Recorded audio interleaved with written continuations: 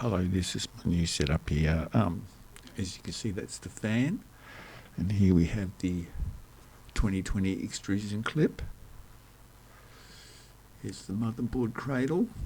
The motherboard just slides in and clips into that, and it's also got your 2020 extrusion clips, and here's the screen, also with the clip. And here is my test rig.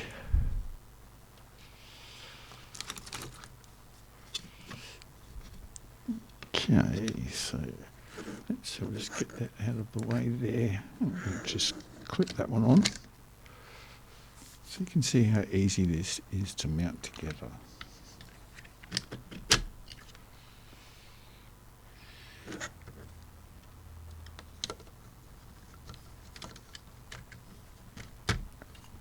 So there it is, all mounted.